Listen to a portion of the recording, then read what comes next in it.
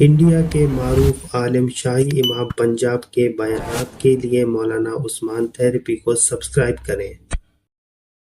से किया कि हजरत हुकूमत का क्या मज़हब होगा, तो उन्होंने रसूल करीम सल्लल्लाहु अलैहि वसल्लम की ज़िंदगी के आईने में, उन्होंने सैयदना अबू बकर सिद्दीक़ की ज़िंदगी के आईने में, उन्होंने सैयदना उमर फ़ारूक की ज़िंदगी के आईने में फ़ौरन जवाब दिया कि हमारी शरीयत ये कहती है, कुरान ये कहता है, रसूलुल्लाह ये कहते हैं, तमाम सहाबा का ये मानना है, तमाम ताबीन तबे ताबीन इस बात पर अमल दरामद है, तमाम उम्मत मुस्लिमा इस बात को मानती है कि जब बादशाह हुकूमत के तख्त पर बैठ जाए तो उसका मजहब अदल और इंसाफ होता है, वो किसी मजहब का मानने वाला नहीं होता, उसकी निगाह में तमाम मखलूक एक बराबर होती, जिस तरह अल्लाह करीम तमाम मखलूक को बराबर देखते हैं। वो मजबूर हो गया इस बात को लिखने के लिए कि मौलाना ने जो राय दी है कि हुकूमत का मजहब अदल होता है, हुकूमत का मजहब इंसाफ होता है। हजूर अकरम सल्लल्लाहु अलैहि वसल्लम ने अल्लाह ताला की जब रबूबियत बयान फरमाई, अल्लाह ताला ने जब कहा कि मैं रब हूं और ये बताया दुनिया को कि मैं सबको यकसा मोहब्बत करता हूं, सिर्फ मुसलमानों को नहीं फरमाया। जब कोई बंदा किसी दरख्त के आगे खड़ा होकर बार बार रोता है कि ये लकड़ी का दरख्त मुझको बेटा दे दे, अल्लाह करीम को उस पर रहम आ जाता है, फरमाया देता मैं ही हूं, और ये समझता है कि इस दरख्त ने दे दिया है मुझको। इस्लाम ने कहा कि हुकूमत का मजहब अदल होगा, हुकूमत का मजहब इंसाफ होगा। जो बंदा तख्त पर बैठेगा वो इसलिए किसी के हक में फैसला नहीं कर सकता कि वो सामने वाला मुसलमान है और मैं मुसलमान हूं इसके हक में फैसला कर दूं। जो तख्त पर बैठेगा वो इसलिए किसी के हक में फैसला नहीं कर सकता कि मैं हिंदू हूं और हिंदू के हक में फैसला दे दूं, मैं सिख हूं सिख के हक में फैसला दे दूं, मैं दलित हूं दलित के हक में नहीं, बल्कि हुकूमत के लिए ये लाजिम करार दिया गया कि जो बंदा तख्त के ऊपर बैठेगा वो अदल को अपना मजहब बनाएगा, इंसाफ को अपना मजहब बनाएगा, और सामने जो भी आ जाए वो इंसाफ का फैसला करेगा, अपने मजहब के मुताबिक किसी की तरफदारी नहीं कर सकता।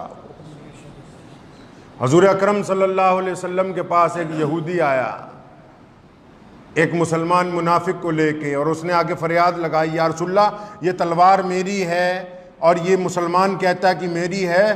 करीम रसूल ने दोनों की बात सुनी, गवाहों को सुना, और आका सल्लल्लाहु अलैहि वसल्लम ने फैसला फरमाया कि ये इस मुसलमान मुनाफिक की तलवार नहीं है बल्कि यहूदी की मलकियत है, और उस यहूदी को उसका माल दे दिया गया।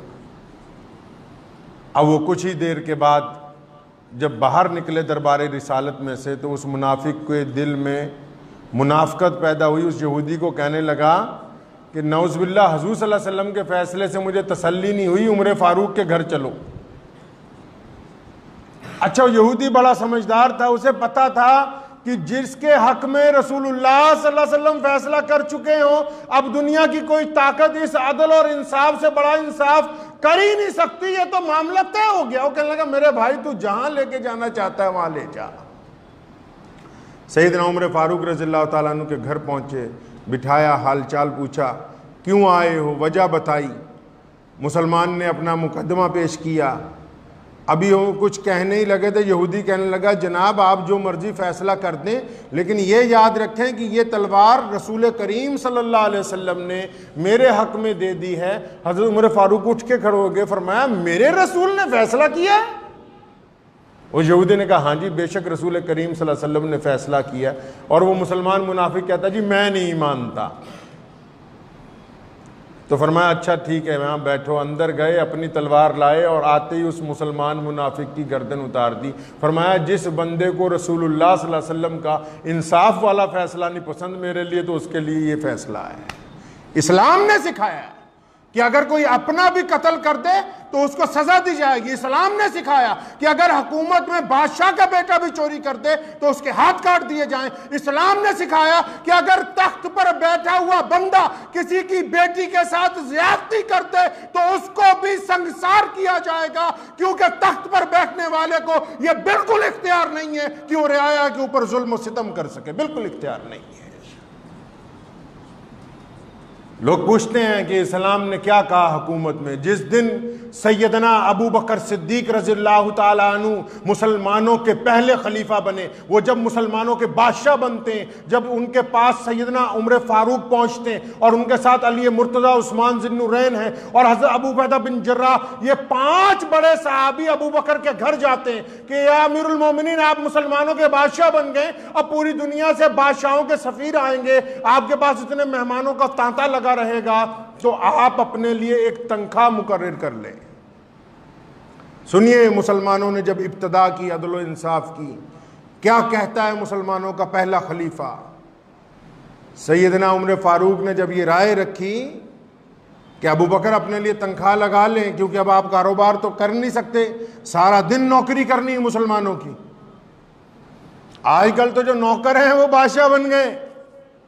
मस्जिदें जो अल्लाह का घर हैं, इनमें जिनको नौकर लगाया ना, जिनको मुतवल्ली बनाया, जिनको सदर बनाया, वो बादशाह बन गए। और अल्लाह के जब मेहमान आते हैं, ये बदतमीज नौकर मेहमानों के साथ बदतमीजियां करते हैं। ये समझते हैं कि हम तो बादशाह हैं मस्जिद के। इन बदबख्तों को ये नहीं पता कि तुम्हें तो नौकर बनाया अल्लाह ताला ने अपने घर का, और नौकर का काम है कि जब कोई मेहमान आए तो उसका इकराम करे, क्योंकि वो मेहमान अल्लाह करीम का मेहमान है। तो अबू बकर ने कहा उमर फारूक को कि बात तो तेरी ठीक है कि अब मैं कोई कारोबार नहीं कर सकता, अब यही नौकरी करनी है, उम्मत की नौकरी करनी है। फरमाया ठीक है, 1 दिनार लगा दो।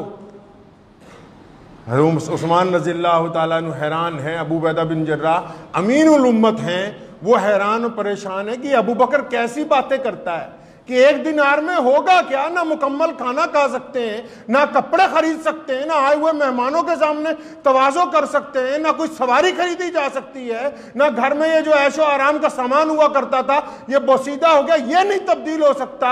तो सब ने मिलकर कहा कि अबू बकर कुछ रकम बढ़ाओ, अबू बकर बढ़ाओ कुछ रकम।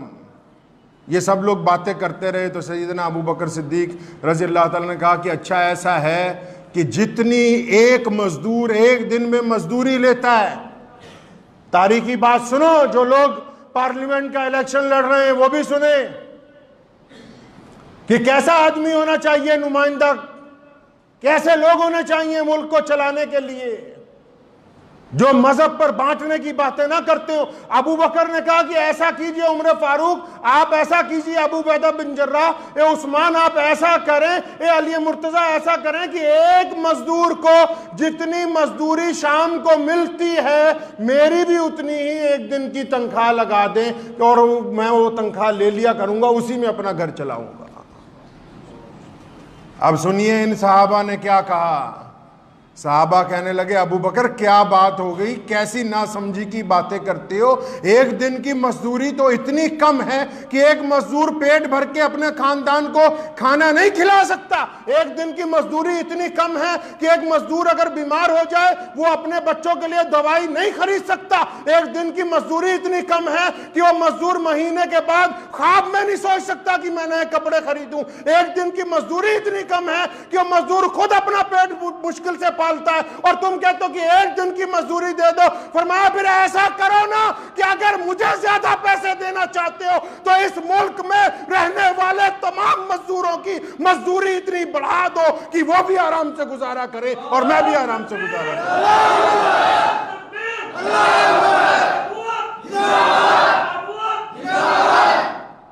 इसका नाम हुकूमत है, इसको कहते हैं हुकूमत।